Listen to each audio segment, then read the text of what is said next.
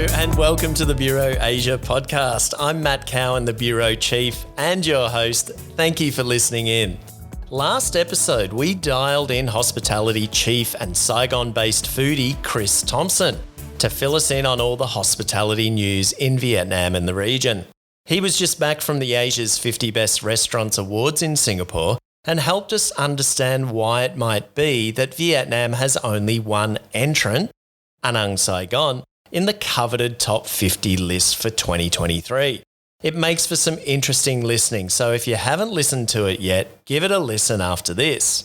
This week on the Bureau Asia's social media channels was a relatively quiet one compared with usual. It must have been a pretty slow news week, but we still managed to find some engagement. Somehow I came across this listicle online.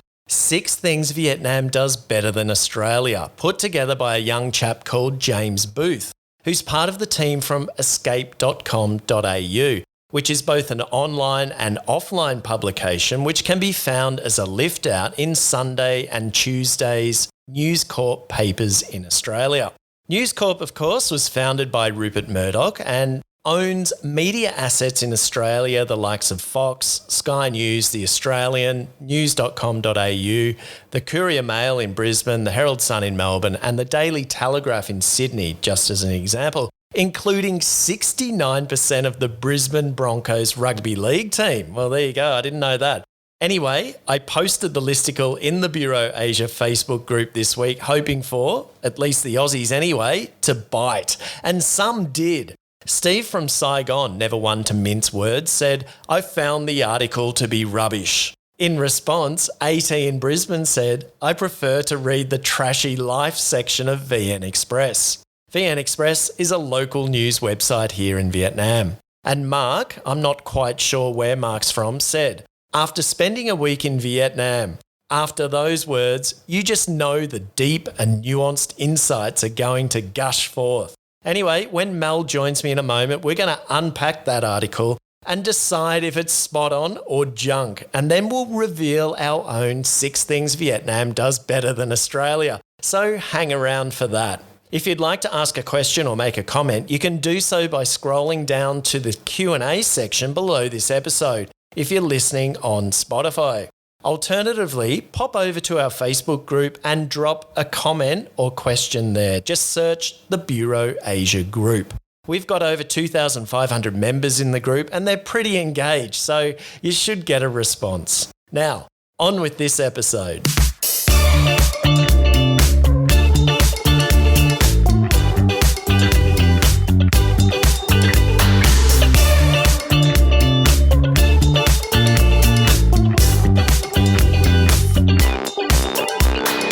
First, we catch up on what's been happening in Vietnam and the region this week. And then I interview the founder of Hanoi-based Blue Dragon Children's Foundation, Michael Brosowski. Blue Dragon is a grassroots charity that's on a mission to end human trafficking in Vietnam. Since 2004, the NGO has rescued more than 1,000 people from slavery and reunited close to 2,500 children and young adults with their families after trafficking or finding themselves homeless. So don't miss that. And joining me again for this episode is the Bureau Asia's content manager, Melanie Kasul. How are you, Mel?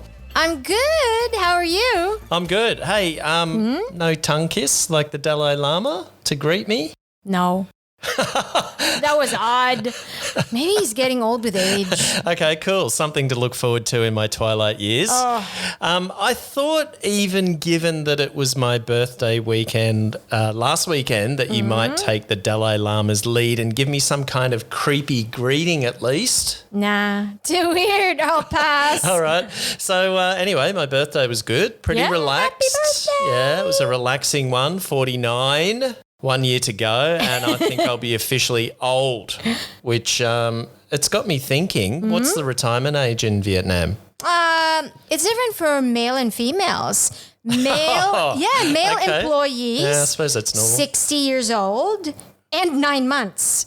60 and 9 months. Okay, I don't know so why there's a... Maybe that's to make up for the 9 months in the womb, is it? I don't know. Lying around doing nothing for the first 9 months. But the females is 56. Okay. So good to know I can retire earlier than you. Yeah, apparently. But the only thing is you're not Vietnamese. And the way we're going to be working till we die anyway.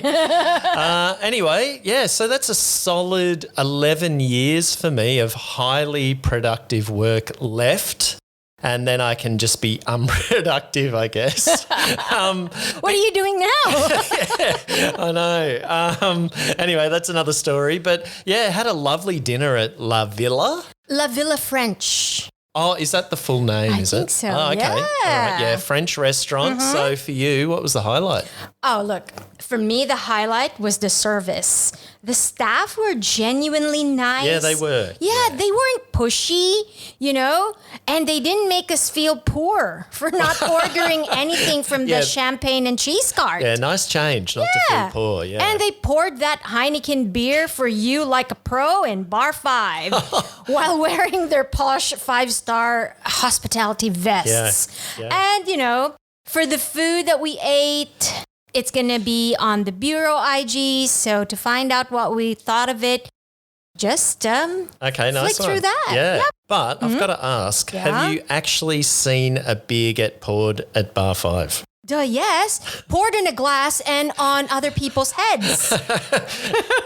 Look, I've been living here in Saigon for a while, since 2006. So I've visited all the OG hangouts that are still, up and running. And hey, we should visit the newly reopened Apocalypse Now. Oh, yeah, I saw that during the week. Yeah. So it just opened earlier this month, complete with go-go dancers with QR codes on their chests. Yeah, maybe it leads to their OnlyFans page. I don't know, but maybe I should have my 50th birthday there, hey? But wait, who should I invite? All I can say is, did someone say Apo?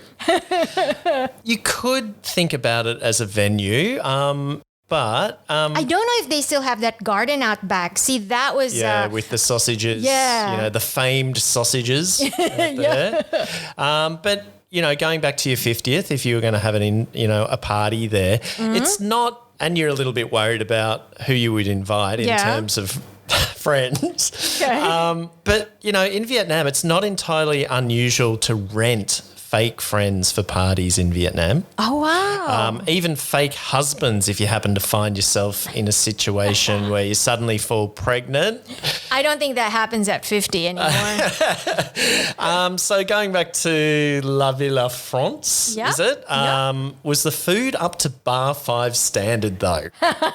Come on, way better, I don't think jokes, though, with the French classic steak tartare will be that funny as compared to, like, the raw things on offer at Bar 5. Oh, get out of it. So anyway, look, the food that we ordered, it was great. I would rate it. Yeah. Yeah, definitely a rare night out, Mel. That was a steak joke. Yeah. Yeah. Okay. I got it. Forced laugh, yeah. Hey, also last Friday I went along to the cafe show out here in District 7. There were over 400 vendors apparently, and it was packed with especially young kids in their sort of 20s. It also coincided with the cocktail show thing that they had there. So perhaps they were all there for that. But it was good. Great vibe. There was also an accessibility showcase there as well. Oh, so there right. I think there were like 3 events. So. Yeah, I went into the wrong one. Oh, okay. I went to the Smart City Yeah, that's one, it. The accessibility looking for a coffee event. and went into the Smart City thing looking dumb. So I had to register. So when you go to those things, you have to register. You fill out an online form. And you get an ID printed out, right? Yeah. And then, of course, I was going into the wrong one. So it wasn't until I got in there that I realised, and I went out, binned that one, and then had to re-register. Yeah. So was the salt coffee trend visible at the coffee show? Surprisingly. I didn't come across anything that was sort of trendy like that. Oh. There's usually another show towards the end of the year. Okay. And at that one, there tends to be a lot more growers and wholesalers, all that sort of stuff. This one was more, it seemed, for cafe owners, I think, with a fair bit of flash machinery and nice packaging and all that sort of stuff. So industrial stuff. Yeah, there was a lot of that.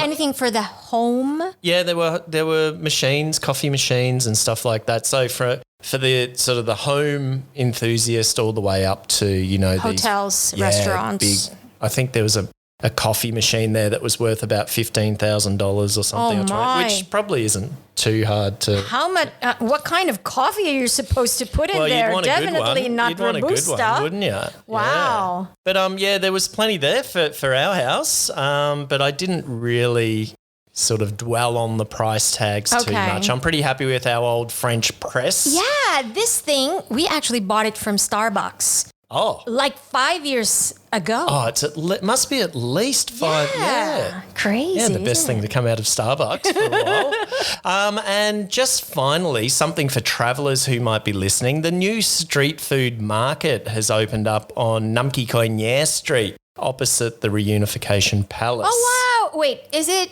before or after Leiduan, the intersection? It's before, well, it depends where you're coming from. But it's one way.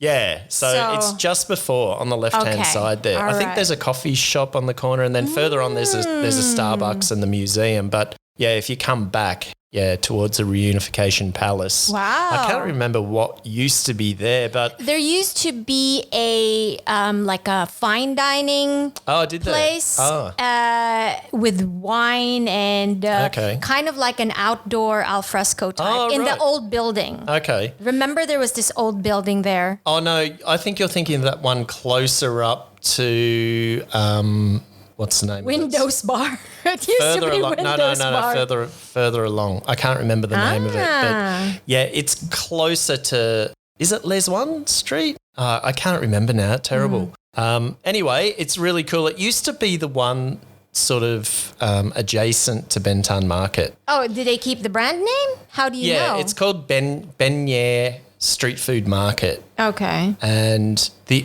old place closed down, I think, because of COVID. And then, but then it became some kind of nightclub thing. And then it caught fire, burnt down. They've rebuilt it already. But in the meantime, this market has moved over to this new location. It's excellent. There's probably about 30 vendors in there. Ooh, that'll be hot. I hope they have some exhaust systems. Well, there's plenty of exhaust fumes thanks to the traffic going by. But yeah, it's all kind of outdoor, and it's got one of those massive retractable roofs.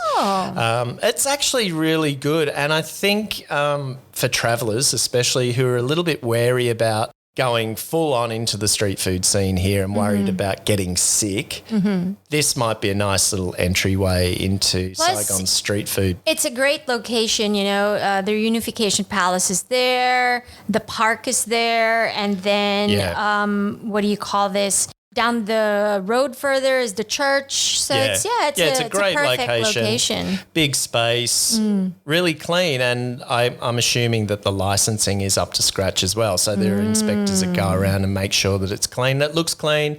And it was getting busy when I popped in the other day. Just to add to that, in terms of licensing, I remember that around Diamond Plaza, Family Medical Center and the Youth Center, there used to be like this corner where they kind of gentrified street foods and trying to do that, but pre-pandemic. It didn't really work, did it? Yeah, it seemed as though it was too forced. Why would you think this would work? Because that's like just a few meters away from each other. This one is more like it's not trying to be a street food venue per se. It's more like a hawker store. Okay, so a collection of vendor booths. In rows. Yeah, undercover. So it's quite airy. There's plenty of space to eat. Yeah. And it's sort of a one-stop shop. Wow, sounds cool. Can't wait to visit. Well, Mel, usually I lead into this segment with a plethora of unusual tidbits from the news during the week. But apart from the Dalai Lama attempting to tongue wrestle a minor in public during a press conference, everything else pales into comparison. We can always look at news from Vietnam expat Facebook groups. I mean, it won't be quote unquote unusual though, just more of the same. But hey, it's content. Yeah, it is. But what caught my eye, though, was something I mentioned in the intro, and that was this piece on the Australian travel site escape.com.au. 6 things Vietnam does better than Australia. Football! Well, it depends on what kind of football you're talking about. Not the round ball game. Actually, we do better in the round ball game. Now, in the article, author James Booth kicks things off by apologising to Aussies with, sorry, Australia, our driving, cooking and napping skills are severely lacking compared to Vietnam's. Napping skills? Are you sure this article wasn't a satire? Yeah, the driving bit especially got me. I mean, look, the cooking, Yeah, I mean, you don't really cook enough at home for me to say the opposite. Ouch! I do bring home the bacon though, Mel. I mean, from the market on the motorbike. Anyway, our man James goes on to say, among many Australians, Vietnam is known for Ha Long Bay, Hanoi and Ho Chi Minh. Okay. But there's a whole lot more to Vietnam than that, including a bunch of life skills we Australians suck at. Okay. Okay, Mel, have a crack at what you think we Aussies suck at. Skincare? I mean, you put on sunscreen, that's a fact. Helps with the missing ozone layer over Australia, I guess. But I think the Vietnamese score big with the ninja lead ladies. Definitely. Yeah. Yep. Or bug catchers. I mean, you do have the Australian Open, but do you have those zip-zap tennis rackets, mosquito catchers things? Yeah, no, we don't have those. Those racket things are a real novelty. I love them. Although, when you're eating out and you hear those things zapping away in the kitchen, it doesn't give you confidence in their pest control policy, does it? No. Anyway, after spending a whole week in Vietnam, 7 days. Oh, my God. James writes that he's become painfully aware of what he calls these blemishes. He's got the painful bit right. I knew it. Skincare. So he's graciously given us 6 things Vietnam does better than Australia, just in case you Aussies listening need something better than this second-rate podcast to prep you for your visit. I'm all ears. Okay, here's the list.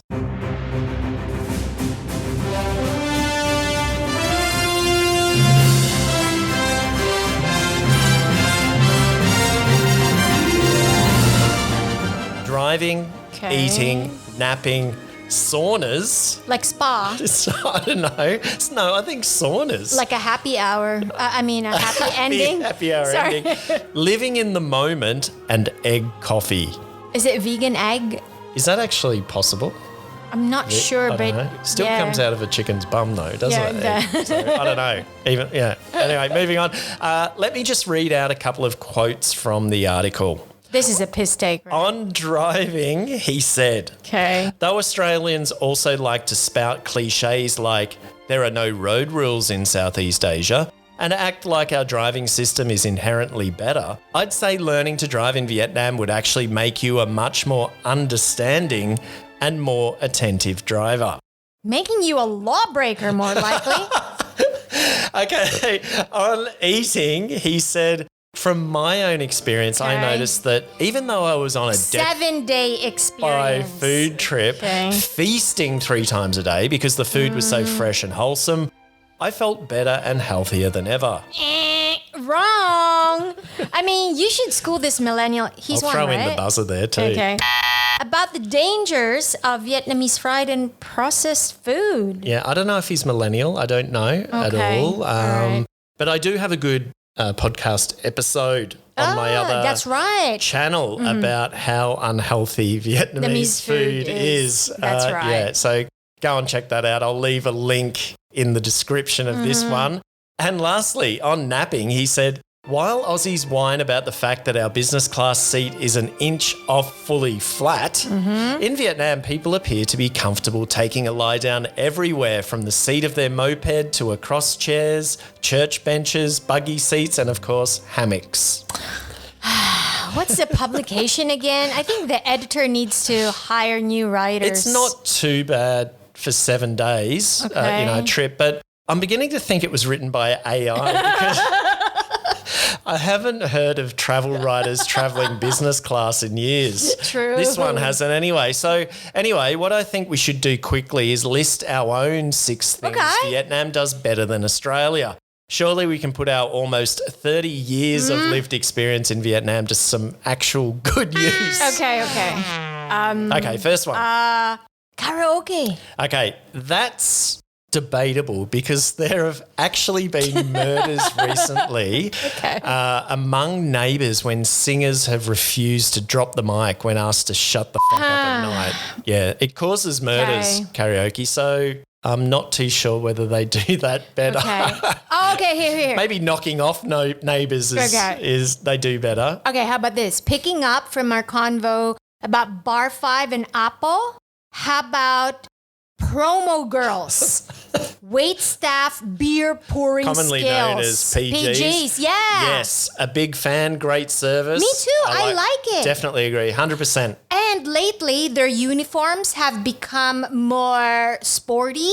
You know, so if you were a female getting poured a beer at these places, it doesn't feel as offensive. Yeah. What do you mean offensive? I think it's as more... a female.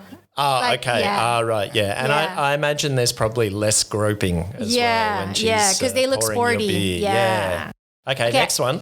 Oh my God. All right. 090. Telemarketing good one. and YouTube ads. They do that better. Yeah. They do this. Check this out. Do you want that extra money? Do you live in Vietnam? Do you want a passive income? Oh dear, we're going to lose ads. a lot of our Vietnamese listeners, Mel, if we keep carrying on like that. But yeah, you're right. I'm not too sure if there are laws in place. I think there is a law. Yeah. Yeah, but Vietnam is full of laws. It's just a matter of not whether they get police. But yeah, they managed to pull these ads off with seemingly no budget, and it's outstanding. And and the location. The location is like this Vietnamese woman, for example, and she's walking in a garden, and then suddenly it pans out, and it looks like she's in the Swiss Alps. You know, passive income. Well, let's do that. Okay. What are we? Number 4? Yep. Okay. Number 4. What do you got? Balance. Babies on bikes, dogs on bikes, one-handed food delivery with tray bowls. That one-handed food delivery is pretty special. I'm impressed with that. At the market last Sunday. Yeah, we saw you never actually see any that go down to both. There must be some though, but and they make those sharp turns. Oh yeah. Yeah. So, now I know where those twins got their skills from. You know those acrobatic twins, the ones who do the handstands and walk with upstairs. no shirts, right? Yeah, no shirts. Okay.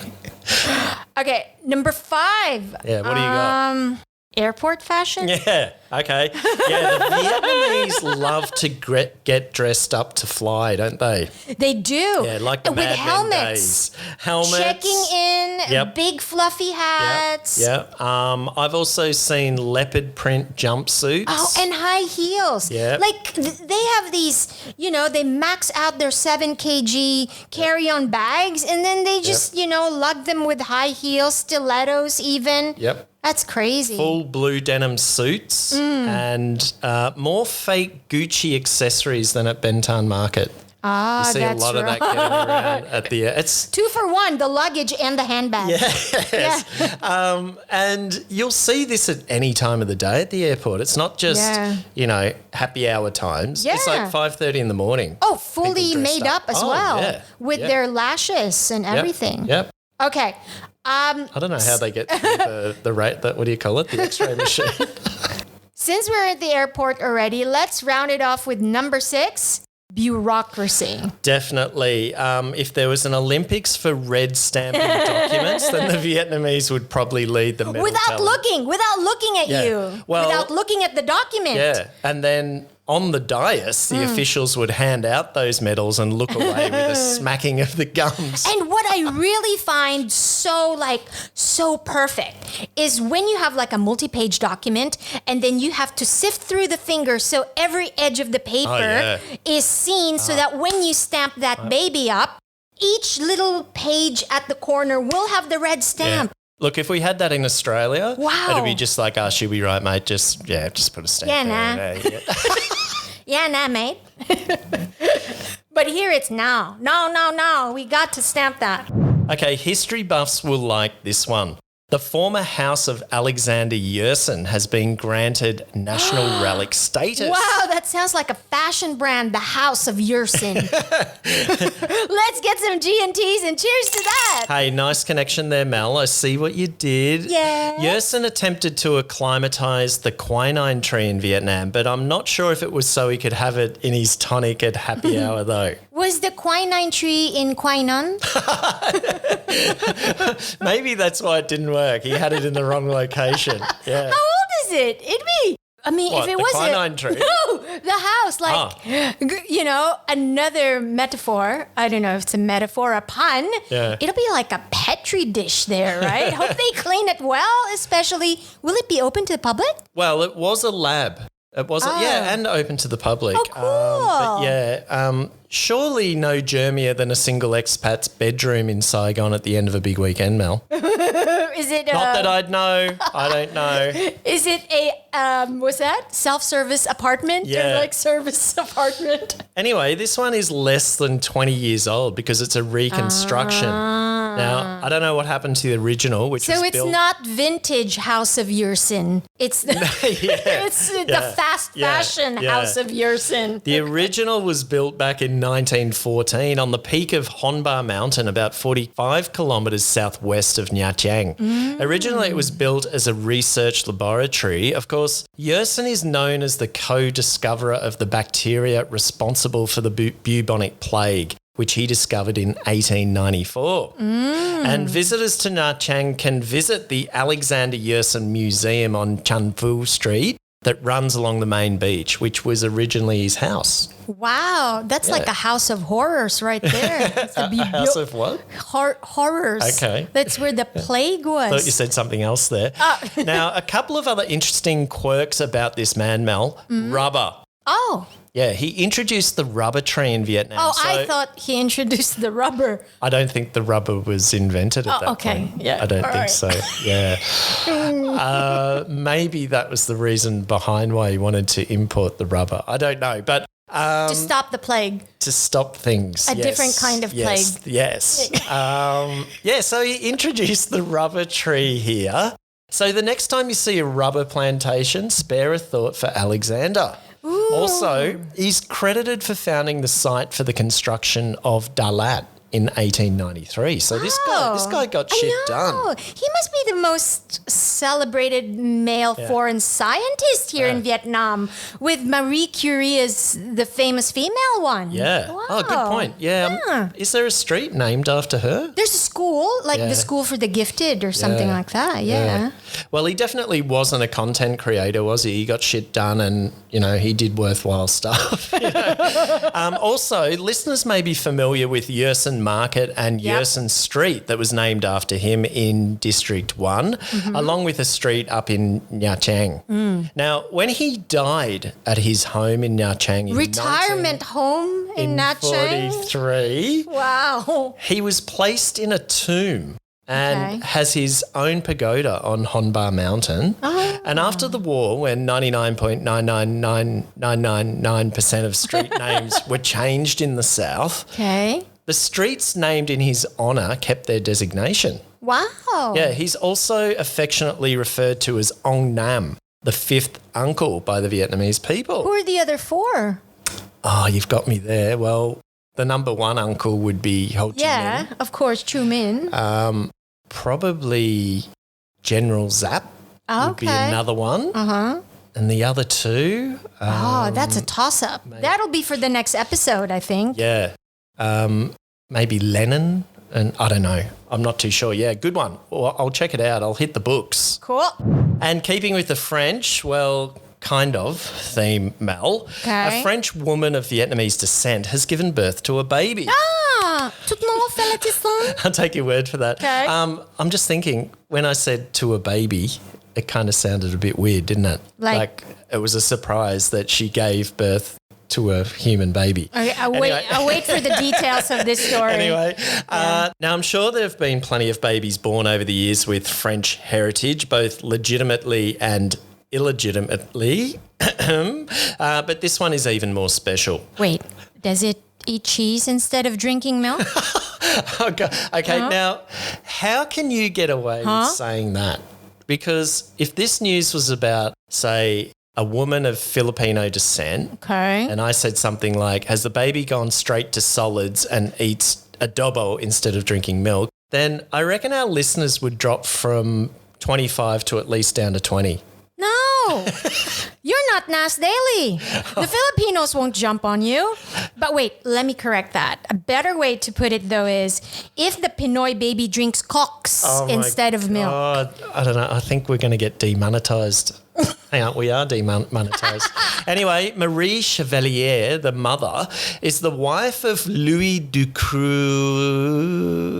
Help me with the pronunciation. Ducruet? Yeah, something like that. You don't pronounce the T, right? I don't know. The grandson of Princess Callie of Monaco. Whoa. And she gave birth to a baby girl on April 4, who, as I said, is in line to the throne of Monaco. Wow. Don't know how many are in line, though. There tends to be a long line in the royal families, Mel. Just ask Harry. I mean, wait, the Grace Kelly, like Oscar winner, fashion icon. This is like royal news. To be honest, I didn't really look into it.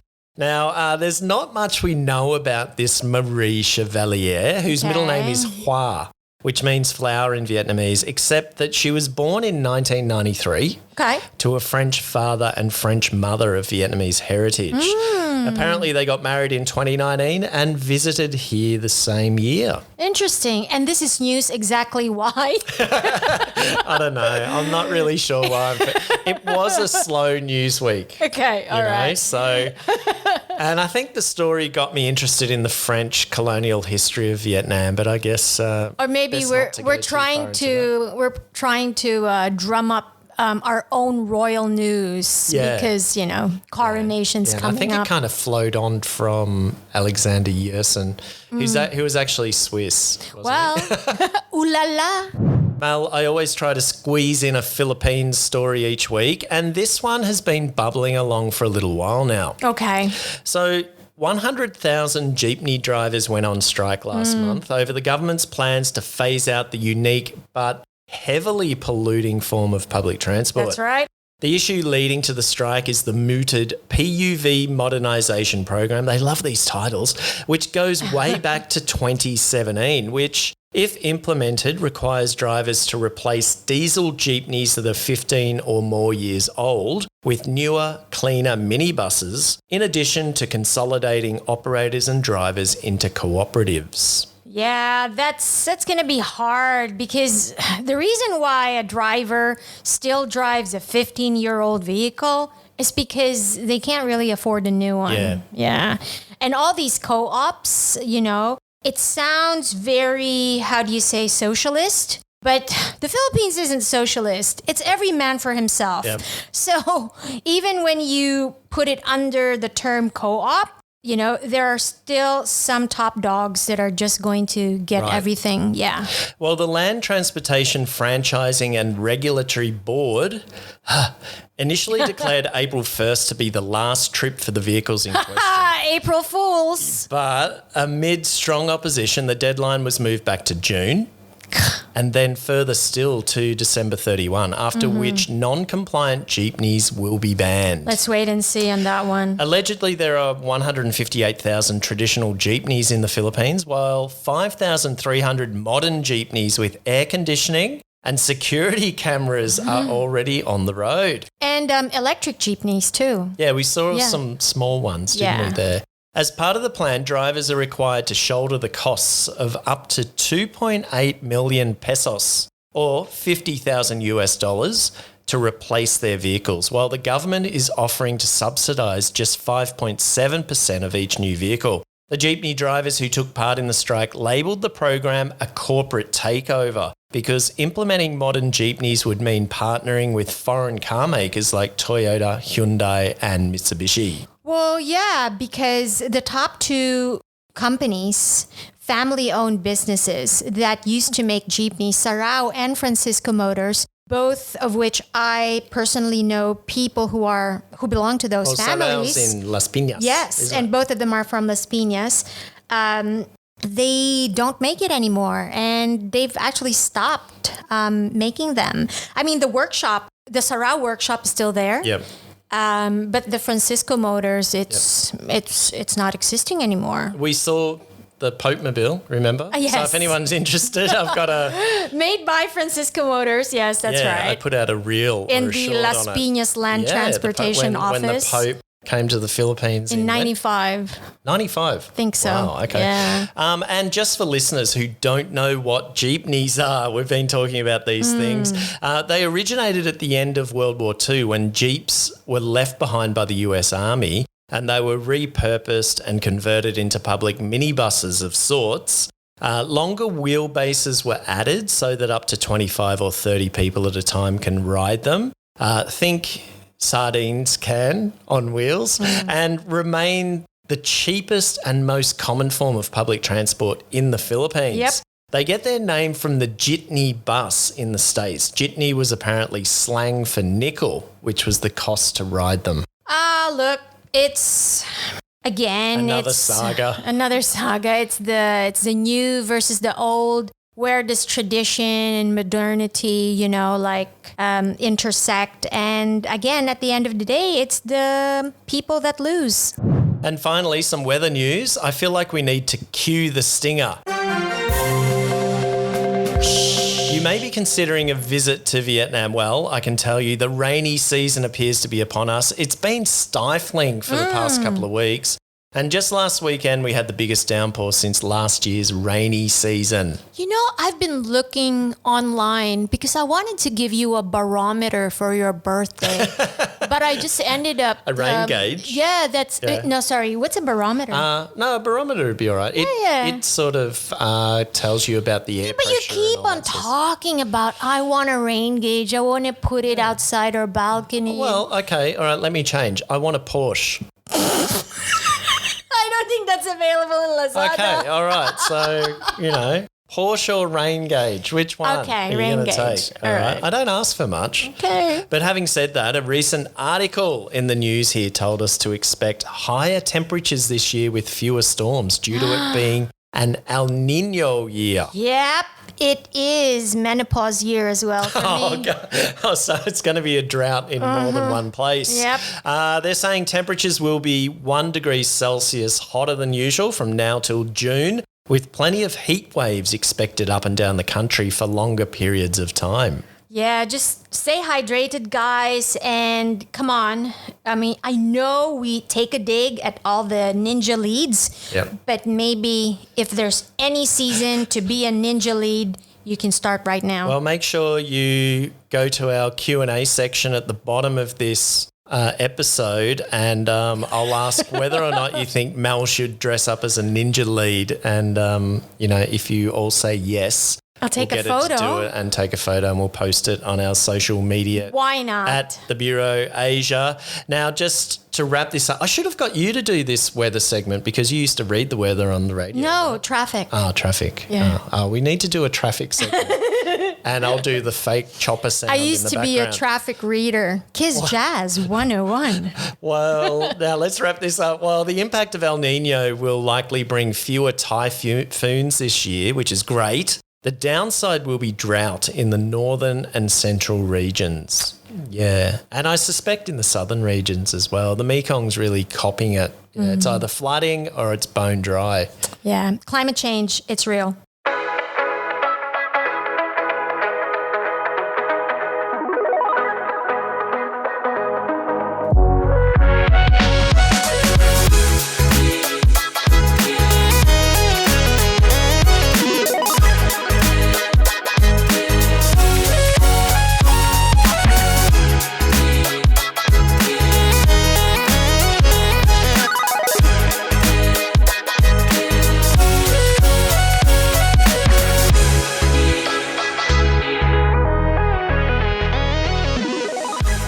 In a recent episode, we raised the amazing work Hanoi-based charity Blue Dragon has been doing for the past 2 decades around slavery and human trafficking.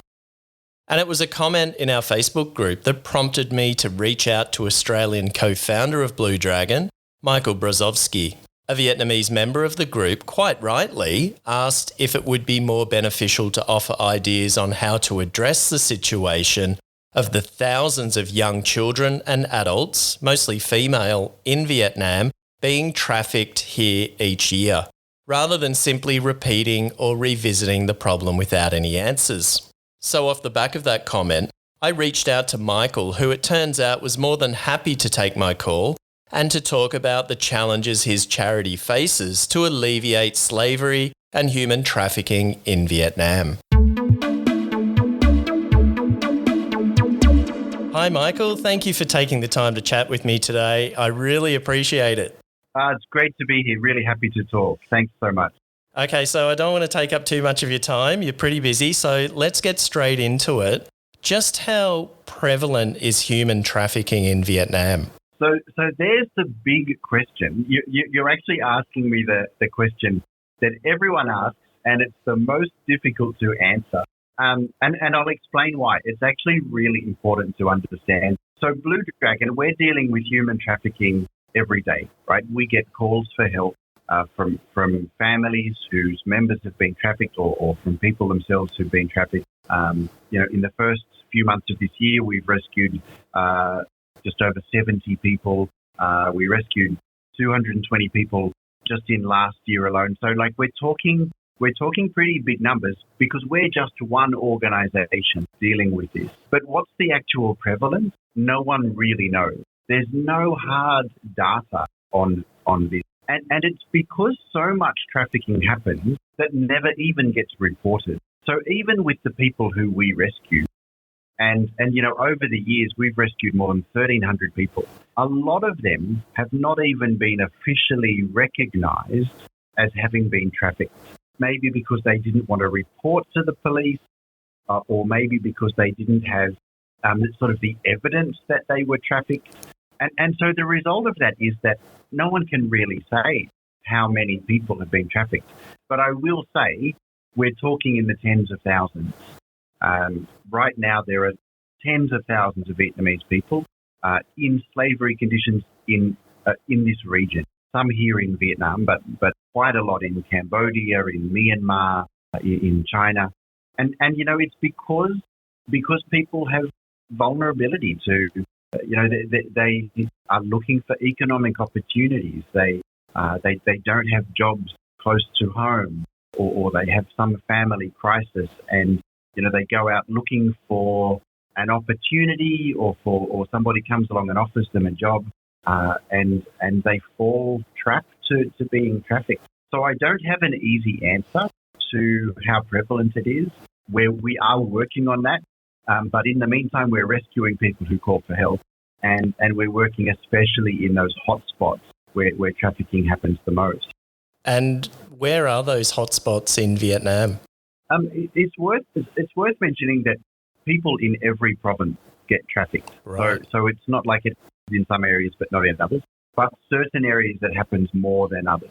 The northern mountainous areas really experience a lot of human trafficking. Some of the north central provinces like Nghệ An and Ha Tinh experience quite a bit of trafficking. And then there are some southern provinces like Bạc Liêu is one that really stands out. So they're kind of scattered around, and the reason there is trafficking tends to have quite an historical factor to it. So once trafficking begins in one location, it kind of takes hold. Traffickers can see, right, in that province or in that district, we can use these tricks to get people to come with us. So more traffickers will go to that location. Even though, the provinces might be similarly poor or have similar problems, trafficking tends to take a root in certain locations. And so part of the job to end human trafficking is about digging that out, really disrupting those trafficking routes that keep coming back for more people. Are those routes, close? Is Is it about geography, where they're located, like their proximity to, say, China or Cambodia or Laos? Sometimes it is.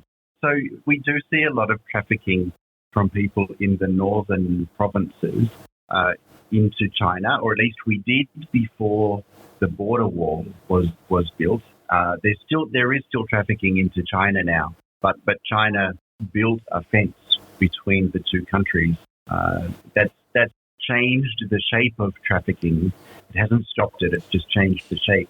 But then sometimes, people from very deep south provinces also get trafficked to China. And people from very northern provinces are being trafficked now into Cambodia. So some of it is counterintuitive.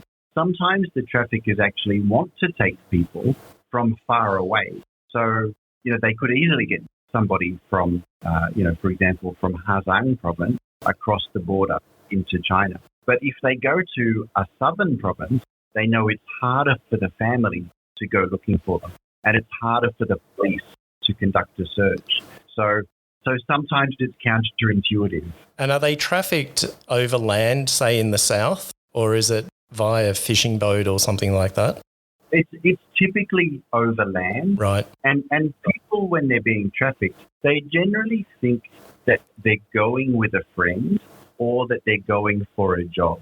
So, we often think of trafficking as about kidnapping, grabbing someone and carrying them, in the boot of your car a long distance. But in Vietnam, it tends to be a deception. And so that means, people will get on a bus quite willingly because they think they're going for a job in a restaurant in northern Vietnam. So that makes it easy to take people overland. So presumably people who get trafficked, perhaps, are they more likely to be living in poverty? Yeah. Right. In fact, in Vietnam, poverty is one of the key factors, but it's not the only one. By far, most people who are trafficked belong to ethnic minority groups. Right. And Vietnam has many ethnic minority communities, and some are more vulnerable than others. The Hmong population, for example, is vastly overrepresented as a proportion of the population. And it is because they're the most economically disadvantaged. Right. But there are other factors too, like where they live. They live in remote, high northern mountain regions. There are not many opportunities there. There are not many government services there. So poverty is a big part of it, but it's not the only part. And sometimes even, we've rescued people who you could call middle-class people. We rescued a journalist once from bride trafficking.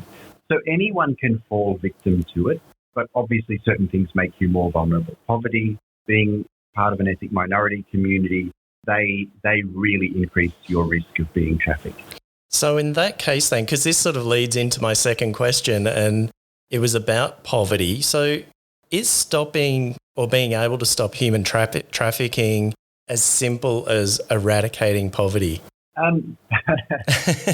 Yes and no. Right. Yes and no. That's part of the equation, and it's a really, really key part of the equation. But again, there is more to it. So if instead of thinking about poverty, if we think about it as opportunity, families want opportunities to earn an income, to send their kids to school, to take family members to the hospital when they're sick. They don't need to be rich to have those things.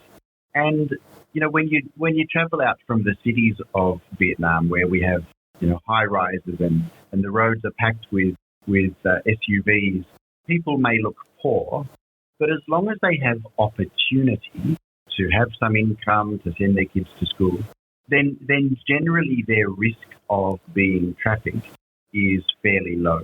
So what's really needed to stop it is looking at a village or looking at an area where trafficking happens, saying what are the opportunities here that people need. So it may mean having kids in school.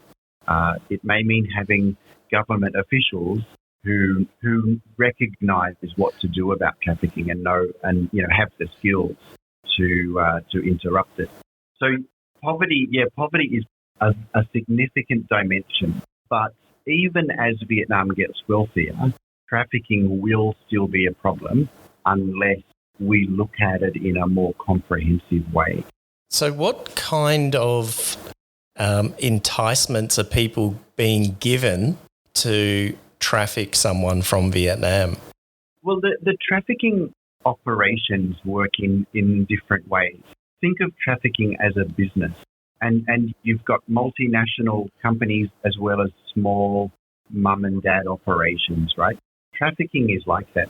So some trafficking rings will operate where members of the gang are coming into Vietnam and meeting people here and taking them across the border, maybe into China or into Myanmar.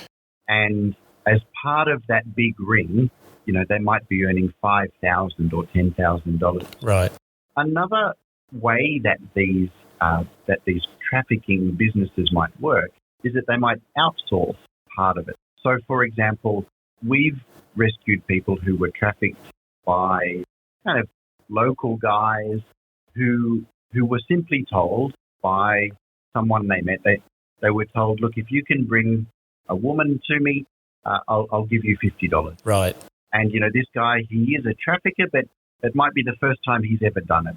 He might not fully understand what he's done, and he gets $50. It's almost like just a quick buck to get there on the spot. Yeah. And sometimes these are the guys who are most likely to get arrested and caught. So there's quite a bit of information coming through the prosecution system about these kind of low-level traffickers. Sometimes they don't even get paid anything. They get ripped off by the bigger trafficking rings. Sometimes they have operated just in blind ignorance, not understanding what they're doing. Yeah, it adds to the complexity of dealing with. Do family members get involved in trafficking? Not a whole lot. It is one of the common ideas that family members traffic their own relatives. And it does happen sometimes. But in Vietnam, when we don't actually see it very much at all. The family unit here is fairly strong, and people generally look after their family members. There's been a few cases that we've dealt with where a mother might have been involved or a distant relative. But even in some of those cases, the typical scenario, for example, we were dealing with a case just this week where a mother was involved in trafficking her own daughter. And, the mother had never been to school. Mum had no idea about the law. She didn't really understand what was going to happen to the daughter. She kind of thought it was like sending her daughter off and getting a dowry. Now, the mother did break the law and will go to prison. But it's like, we're not talking about an evil mother who wants to make money from her child. That's one positive thing about working in Vietnam, that the family culture generally is very protective. So what are some of the common misconceptions in Vietnamese society about human trafficking and people who are trafficked? Well, that idea that it's all family members trafficking their own, we hear that a lot. And it's not backed up by the data at all. But I think when it does happen, it's quite shocking and kind of makes the headlines. Right, and so leads a lot of people to think that's what it is. And another misconception is that, the women who get trafficked, for example, that they actually wanted to travel and do sex work, or they wanted to go and marry a man in China and then they changed their mind. And it can seem like that because, like I said earlier, sometimes these victims get on the bus willingly and travel, sometimes on their own. The trafficker might not even be with them. The trafficker might just be communicating by social media. So it looks like the person is going completely of their own will. But the reality is that they're on that bus thinking, I'm heading off for a job. Wow. Or I'm going to meet some lovely man who I've been in touch with over social media for a year, and he's been sending me money to help me pay my debts. So I'm just going to go and have a date with this guy. there is a tendency to blame the victim, and I've got to say, as there is in every country. But gradually, we can see through those misconceptions to the reality that people are being targeted and deceived. Yeah, well, I guess that's what makes it so difficult to eradicate, isn't it? It's just throughout, the tactics that are used. It must be incredibly hard. Yeah. So you raise a good point there. People will often say to us, the solution to human trafficking is awareness raising. If you have a look at the Blue Dragon website or through our social media, we don't talk about awareness raising at all. Everyone is aware of human trafficking. Right. Someone, when they're being trafficked, they think, I'm going with a friend or I'm going to a job. So knowing about human trafficking doesn't help a whole lot. It can help a little bit, but people don't realize that they're being trafficked until it's too late because it's by deception. And the other thing there about preventing it, we've sometimes rescued people out of slavery who have said to us later, look, when I was being trafficked, I knew that it was risky. I knew that maybe I was being trafficked, but I had to give it a chance. In other words, Sometimes people are faced with a choice like, I can stay at home and my children will definitely starve, right? We've got nothing. Or I can go with this person who's offering me a job and maybe it's trafficking, but maybe it's not. And what if I say no and I've lost the only chance I have to look after my family? That's the decision. Yeah. And they're willing to take the risk a lot of times. Even though they are aware. Yeah. Wow. And so that gets back to your question before about eradicating poverty, that when people have opportunities, they don't have to say yes to that offer. They can say, no, I'm fine because I have some pigs, right? Or I have some chickens and I can make enough money at home. And so that's why practical assistance is really vital to ending this. So for people like me who live here or people who are travelling, what sort of things should we look out for in Vietnam that may indicate signs of human trafficking? I guess that if you think of human trafficking as, I heard somebody recently call it this, and I'm going to use their words, migration that has gone wrong. So when someone is moving out of home, when someone is heading off for a job offer, heading off with a friend, and it seems a little bit too good to be true, it probably is.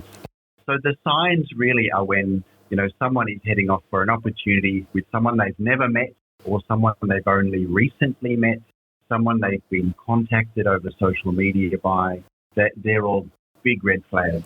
Someone offering to give you a job and then saying, and look, just give me your ID papers or your passport. I'll hang on to them for you. Big red flag. They're the main things to look out for.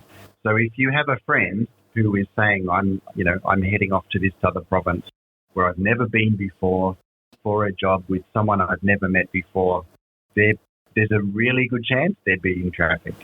And what about, we often see young children on street corners, selling raffle tickets or whatever it is. And down in the south here, typically they may be Cambodian or from a Khmer background. What should we do as observers of this? When we pull up at the traffic lights, should we engage or not? Or, how do we approach it? And should we be reporting these sorts of things? Yeah. It's such a tough thing to do. And, I founded an NGO, right? So I should have an answer to this question. And I should be saying to you, never kind of give those kids money. Don't buy from street kids because it's just encouraging the situation. But you know what? We are human beings. Yep. And sometimes you see a kid there and you think, I want to give them some money. And you know what? Maybe you should just do that. You can't. It's so hard to make the right decision in every case. And also, you shouldn't feel like the burden is always on you to do the absolutely right thing for every person you see. What you can do, though, as a citizen, when you see kids who are in that kind of situation, is report. Vietnam has a child helpline. Telephone number is 111. It helps actually if a Vietnamese speaker makes that call, or look for NGOs that are in that area, send them a message. If you're able to let every ward should have like a social worker, a government-appointed social worker. Often we foreigners find that system hard to navigate. Yes, yep. But if you have Vietnamese friends and ask them to call 111, for example. So whether or not you're actually going to buy the sweets, the candy from that child or give the beggar some money, follow your human instincts. In the long run, it's probably better to not, but I know it can be really hard in the instant to always say no. Yeah, it is. But it's very, very hard to look away. Yeah. You know, the theory and the practice don't always meet so well. But then let someone know who can do something. Right. Because that's the important thing, right? If you give a person on the street $5 every day, you know, they're still going to be on the street. So what I always think of is what can I do that will actually change this person's situation? So giving them some money right there and then, maybe you need to do that, maybe not. But either way, tomorrow their life is not different. That's where you need services run by the government or run by NGOs to change people's situations. So how can we, as either citizens of Vietnam or travellers or visitors to Vietnam, help you out, help Blue Dragon out? Well, that's a question I like to be asked. Look, head over to the website, bluedragon.org. You can certainly donate online there. We have things like in September, we have an annual walk where we ask people around the world to take part. You know, you sign up, you do a walk of any distance and ask your friends to sponsor you. So those sorts of things help out. Make sure you're following us on, you know, LinkedIn and Facebook and Instagram. The blog's excellent, by the way. I've read a lot of that. Look, we really place a lot of value in sharing stories because we know that we want the world to understand what's happening here to people. And so we look for those opportunities on our social media to share real everyday stories. I keep a blog as well called lifeisalongstory.com where each week I try to share a story. Stories have changed my life, you know, by reading, by understanding the world. So I think if someone is listening to this and it's the first time they've even encountered Blue Dragon, what I would say is go and have a look at those stories because that's where you really get to the heart of what we're doing. Yeah, for sure. And then if you're inspired to take action, please do. Yeah, the blog's amazing, and I like how you write as well. You get straight to the point, and it's got the people who you've helped as, you know, central to the story as well. So it's really interesting, heartbreaking, but uplifting at the same time. There's always hope. That's one of the messages of our work.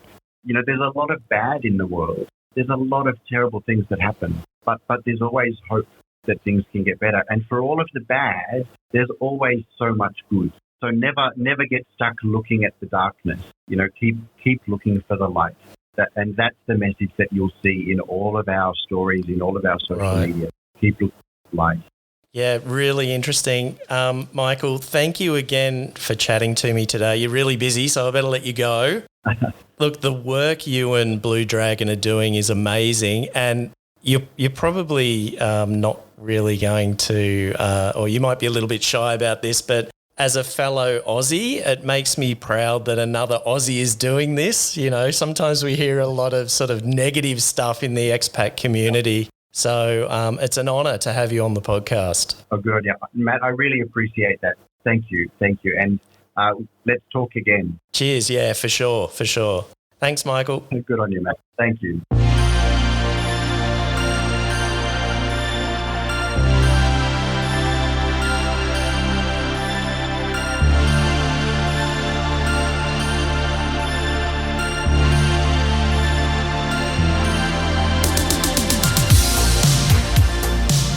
that's it for this episode. Thank you for listening. I hope you enjoyed it. If you did, please give it a like, share, and comment. And feel free to ask any questions related to Vietnam and the region on the Bureau Asia's social media channels at the Bureau Asia, and I'll do my best to answer them.